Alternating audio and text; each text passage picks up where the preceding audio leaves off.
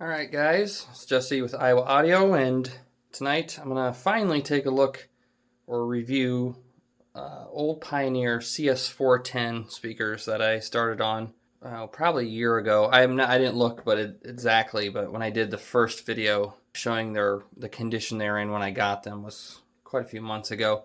And I'd just been working on them little by little. I also had some snags along the way, and I was never really in a rush to get these done. The main goal was to find some old speakers. These $20 for them. They worked-ish. They're in some garage in pretty rough shape. Figured I'd take them and see what we could make out of them. But yet I didn't want to make them into their original selves again and just restore them back to the original selves, because the original selves is nothing that anybody really cared about. They were just some kind of cheap 80s speakers. So I kind of wanted to give them a new, more modern look, but yet keep a few of the old bits to kind of show where they came from, like the Pioneer logo on the grill here. This is still the original Pioneer logo. I just got, it was, black with silver. Pioneer was in silver. The silver was wearing off, so I just took some nail polish remover or something and removed that silver paint, so it's just black. It's there, but it's inconspicuous. It's the original badge. I wanted to keep it there, but I didn't want it to really stand out too much. The original grills, if I remember right, were just black. This is a nice gray, obviously.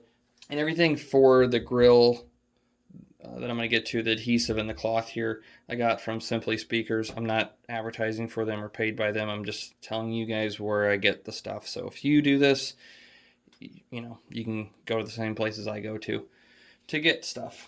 This is the original frame. I almost thought about making a new frame, whole new grills, but these, after I got the other stuff all off and scraped off, I was able to, probably one of the most difficult things I've done when repairing speakers is getting this cloth wrapped around into here to this narrow edge. Because it can't be stapled, you can't wrap it around and staple it because of the way the front baffle mounts on these. So it had to be glued like the original, and Simply Speakers on YouTube, they have a video using their tacky adhesive that shows you how to place a bead of this glue around the edge, wait 5 or 10 minutes or something until it gets really nice and tacky. Then you take your cloth and stretch it over and press it, and that glue will really hold on to it.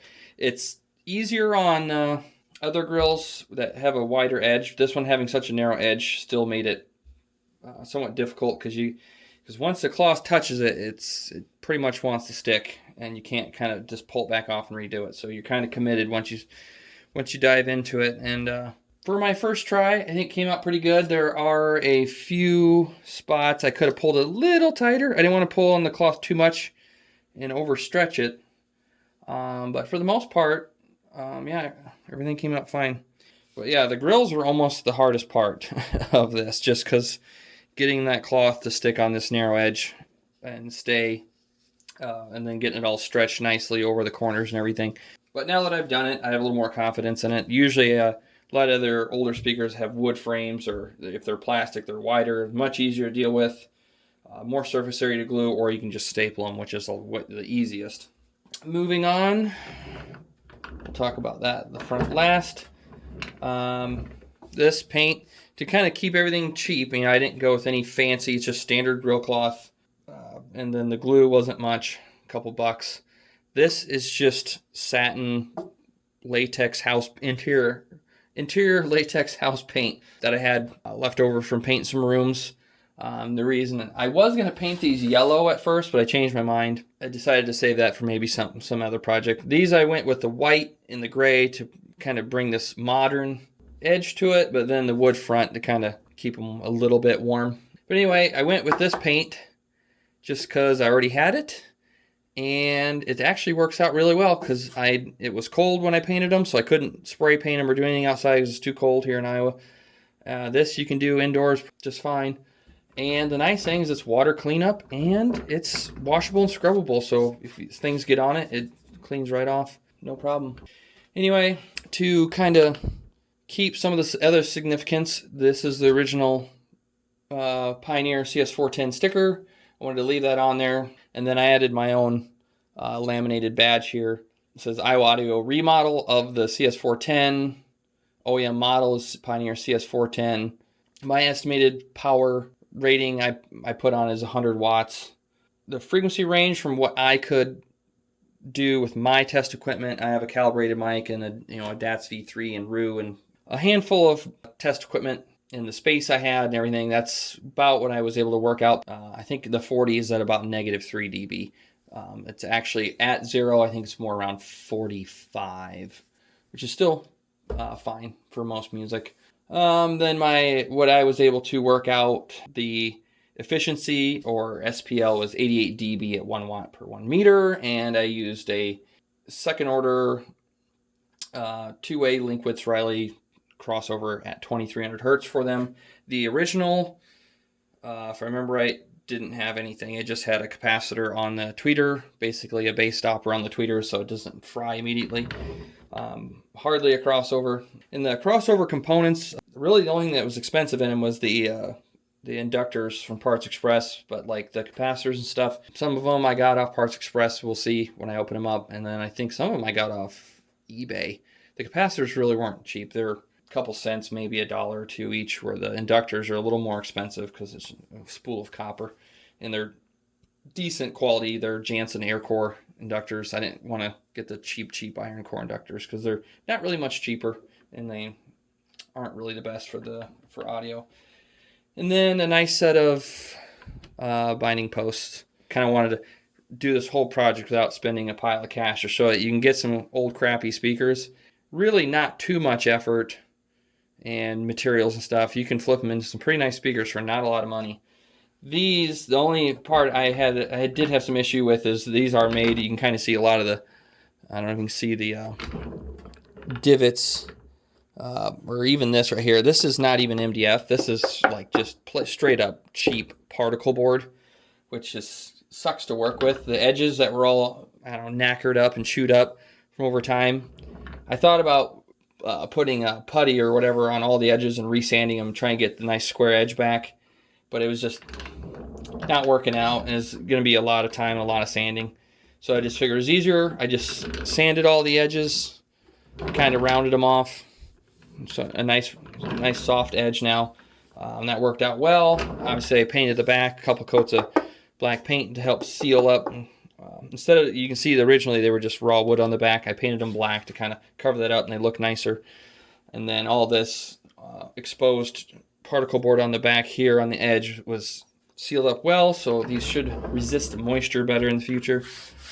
And yeah, I'm actually pleasantly surprised. This paint, which is the same good old latex satin paint you'd put on your walls, and the nice thing about it is this paint is made to be cleaned. You know, if your kid draws on it with a crayon or something, or whatever, you spill something on it, it's made to be cleaned, and it's made to be durable. And so far, I'd have to say it is. And then the original front board was just another piece of, particle board, not even MDF, just crappy particle board. It had a porthole in the front right here.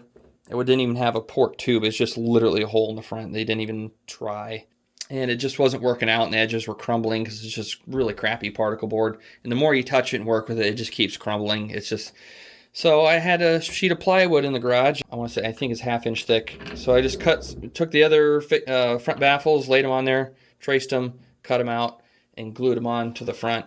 I believe the original ones were not glued on. They just had a couple screws around the inside holding them on, and it wasn't going to work. They were going to vibrate either way. They were going to have to be glued on. Anyway, now that we're back around to the front, stuck my badge on there. Moving into the drivers. Dayton, I don't remember what part number they are. We'll see when I open them up. These are a Dayton. They're like $10 a piece, 10 or 12 bucks a piece. Or maybe they were 14. I don't know. They weren't really much more. They're just a couple bucks more, and they perform much better. So unless you're on an absolute budget, spend an extra $3 or $4 and move up to something like a Dayton tweeter instead. The woofer is a GRS. See, back to GRS. 10-inch. I don't remember the model number. It'll be on it. And I actually decided I almost like these better for this project because they are a little more retro looking, a little more old school looking. And this speaker is obviously somewhat of a mix of old and new, modern and warm, whatever. So put on a few songs Adele's a million years ago is one of them. Played through them, make sure they didn't have any weird buzzing. Hooked them to the DATS V3, made sure they passed the buzz rub. They did. Both of those did, so I'm like, sweet, put those in. But listened to them for a while. It was something I was considering before I even ran into this issue with the woofer. Everything seemed fine, but for such a size speaker, they did seem like they lacked bass.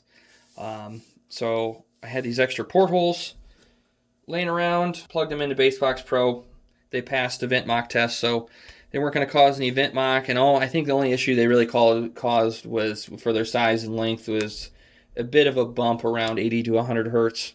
Well, just porting these in general, since these speakers prefer a sealed box, porting them in general causes a bit of a bump. In I don't want to say sub bass, but regular bass, probably 80 to 100 hertz, 80 to 120 hertz range. But I'm like, screw it, I'll do it anyway and see what comes of it. And it turns out it's you can kind of detect it, but it did give that extra bass I wanted. They just seemed a little too neutral and bassless for basically a giant bookshelf speaker. I was going to put the port on the back, but these speakers are already kind of large, so I decided to put it on the front because these speakers are already kind of big, and most people aren't going to have them pulled out into the room away from the walls or anything. They're probably going to keep them back and close to the walls because, like I said, they're already big and taking up space anyway. By putting the port on the front, you can kind of put these back closer to the wall and keep them out of the way. And what next? I have a list here. I couldn't decide exactly how I wanted to do this video, so I made a basic list, and I'm just kind of winging it, getting it out of the way. I think we've covered about everything on the outside. Let's open them up. Okay, double check, make sure everybody can see here. All right, we'll look at the tweeter first. These are a Dayton model ND25FW-4. Very small motor structure, and then this aluminum heat sink on here to help dissipate heat. Obviously, I believe these are not ferrofluid cooled, so instead they use this basically aluminum heat sink to keep the motor from overheating or getting too hot under, I don't know, high power, whatever, if you're running them hard. Yeah, horn-loaded design. Simple. I believe this actual tweeter, the dome motor structure, is used in a few other Dayton tweeters. This is just basically the horn-loaded version. Yeah, I went with these mostly because the outer diameter was the right size. And like I said, I had already cut the hole for those other tweeters that I just gave up on. But I haven't used a whole lot of horn-loaded tweeters. I was actually pleasantly surprised by these. They are far more, well, I'll get to that later, but they are, like most horn-loaded drivers, they are quite sensitive. They do reveal a lot of detail. They can actually make some songs sound bad. It seems like what I was actually surprised by for their price and everything, and being horn-loaded and high sensitivity, they're not really harsh. They're actually still quite pleasant to listen to. They're just very efficient. So I was actually quite surprised for a horn-loaded tweeter of this price to not be shrill or anything at all. It's actually quite good. So yeah, I highly recommend this tweeter. It's cheap and it is quite versatile. I have it crossed at 2300. It seems to be fine. So, moving off the tweeter, you can see the other holes are still there. The woofer, look a lot like the other woofer. Paper cone, textile dome, all treated.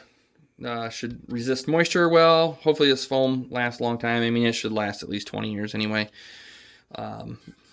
Gasket material, vented pole piece. These, this one is a GRS 10 PF-8 8 ohm. Yeah, not a whole lot there. Just a good old cheap stamp steel woofer. A lot of these lower end drivers, I use them a lot because they can go a long ways if you give them a good crossover. You build the right size cabinet, a good sturdy cabinet, and if you're going to port it, make sure the port's the right size, link, etc. A good decent crossover, so they can operate in a frequency range where they work well, and they usually do just fine. So enough of the drivers, pretty basic drivers. Let's see if we can get this a little closer. See if you can look down inside the cabinet. I might actually have to move the camera in the box a little bit for this. All right, there's down inside. These being cheap 1/2-inch thick particle board cabinets from the 80s. They're inherently garbage. Had to put some bracing. So you can see 2 main braces here going side to side. There's not really a way to run a brace from the front to back. I guess I could have done it right here between the woofer and tweeter.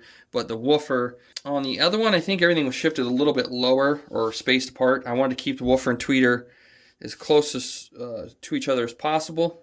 I wanted to make sure my gap from here, here, and here was different to avoid some of the front baffle diffraction. So I wanted to keep the tweeter more to the top, so the distance from here to here is different than here to here.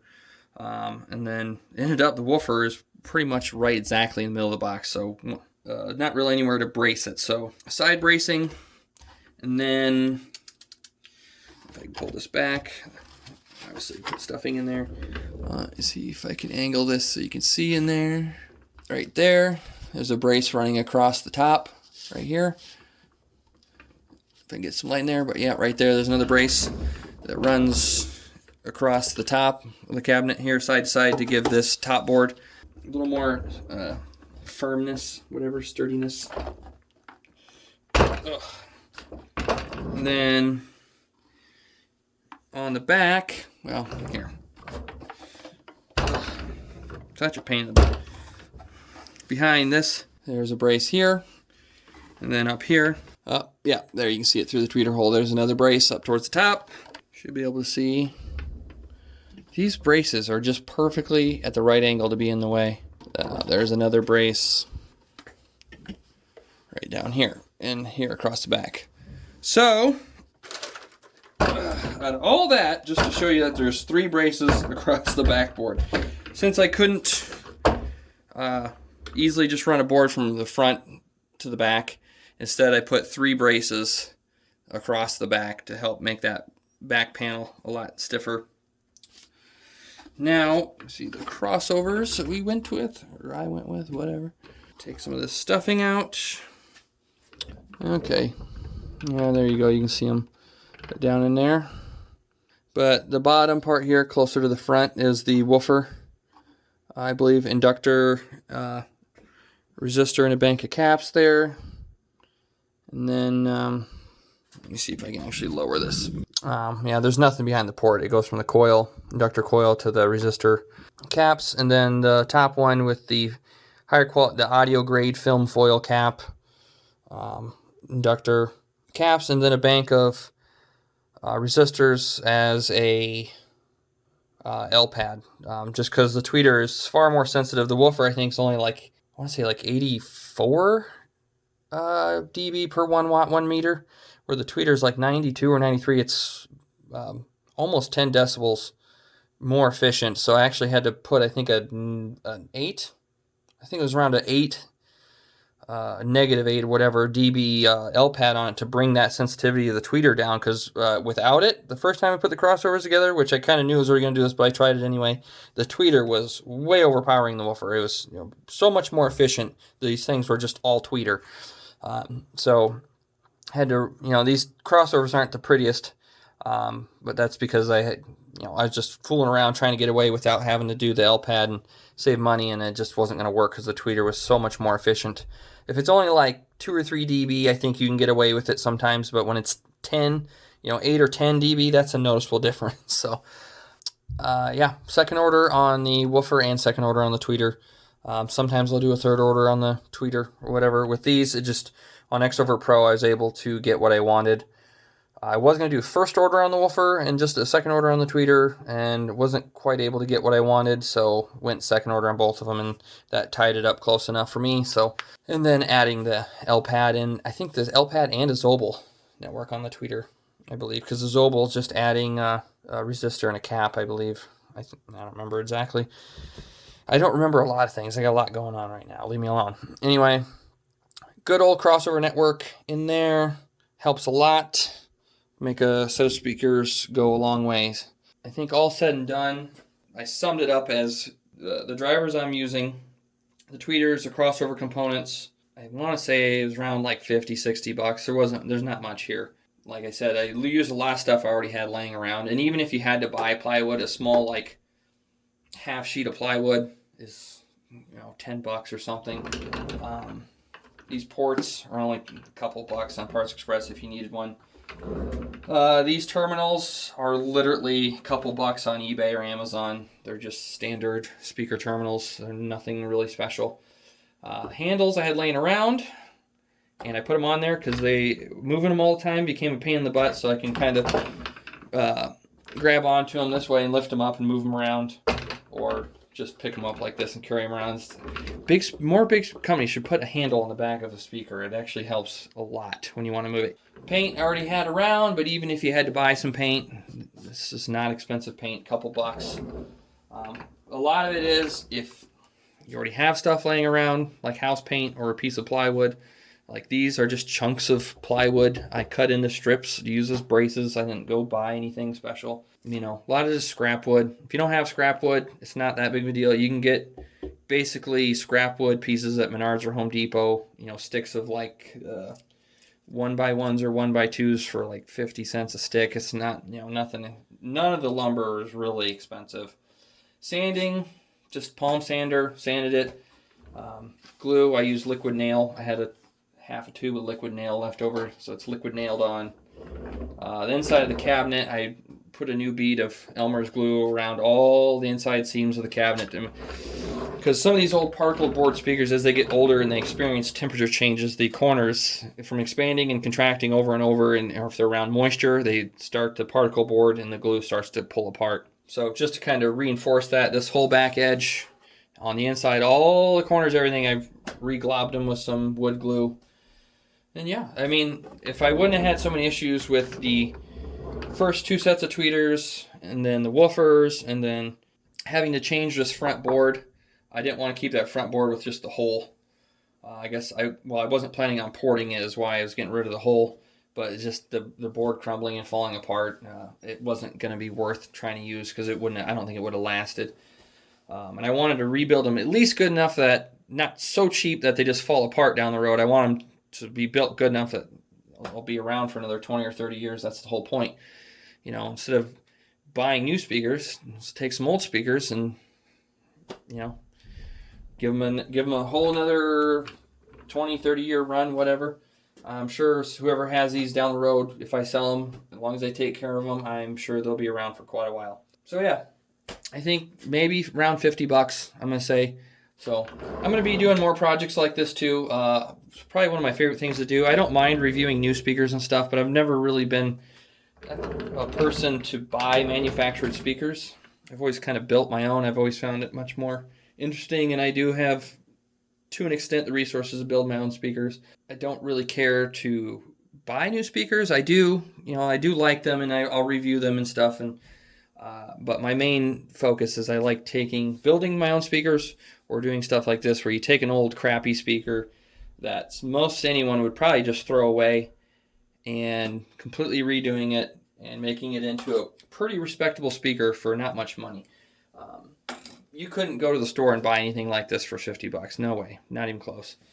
So if you got a little bit of time, a little bit of tools, and some scrap wood laying around, some paint, I think about anyone could do it. It's not that hard. The crossovers are probably if you don't know anything about that and you don't want to get into any of the software and how to do them, it costs you a little bit of extra money, but you can buy pre-made crossovers, just basic. They're not always as good because like this one, all the specs and everything are plugged into Xover Pro that I tested off of NATS 3. So these crossovers are tailored for these speakers. You still can use just a straight up universal crossover that just has a specific crossover point. It'll get you pretty far. But yeah, any questions or whatever, put them down below. I'll try to link as much stuff in the description. I try to link stuff in the description. Always look in my description down below. There'll be a link to the initial video before I started when I was tearing them apart and everything, so you can kind of see what they were like before I started. And like I said, with this one, I just didn't have the time to diddle-daddle with, because things kept changing to do a step-by-step video. A lot of the projects I do, I don't have time to, I only get little bits of time here and there to work on them. And then it's back off to having to work on something else. So if you have any questions about how I did stuff, I can just tell you. But most of it, I think most people could figure out pretty easily. Oh, I did forget on the bottom board, I had a 1/2 inch thick just piece of MDF laying around, and I just glued it to the bottom. Instead of running just a brace across the bottom, because I wanted to put the crossover on the bottom, I just took a 1/2 inch thick sheet of MDF and put it on the bottom. That I glued it to the bottom, and that helped, firm up that wall of the cabinet. The thing with the, I should mention with the bracing is if you're messing with bracing a cheaper speaker like this, try to brace wisely. Don't go crazy, because as you add bracing to the cabinet, you're displacing volume. And if you fill the thing up with wood bracing, you're going to lose a lot of volume, and that could have dramatic effects on your bass response and everything. Especially like when I measure this cabinet to get the volume, I try to be very conservative and almost round down because of the bracing and the speakers sticking into the cabinet and everything, the crossover, are taking up space inside the box. They're displacing volume. And I don't mean that in like speaker volume or volume is in like fluid volume, whatever, volume, space. So yeah, keep that in mind. I would have and kind of wanted to do a little bit more bracing because the cabinet walls are so thin, but again, I didn't want to put a ton of bracing in there and lose a lot of volume because when I plugged into Bassbox Pro with these drivers, I was already on the very minimum for volume anyway. So okay, I think I've covered everything now. Jeez. Yeah, back to what I was rambling on about before. Questions, whatever. Put everything in the comments below, and I will try to, respond to you guys when I can. Thanks for watching. More to come. I got another video coming soon on another set of bookshelf speakers that have been around for a long time, but seem to get overlooked, and they're very affordable. So, yeah, stay tuned, whatever. Subscribe, like. See you guys later.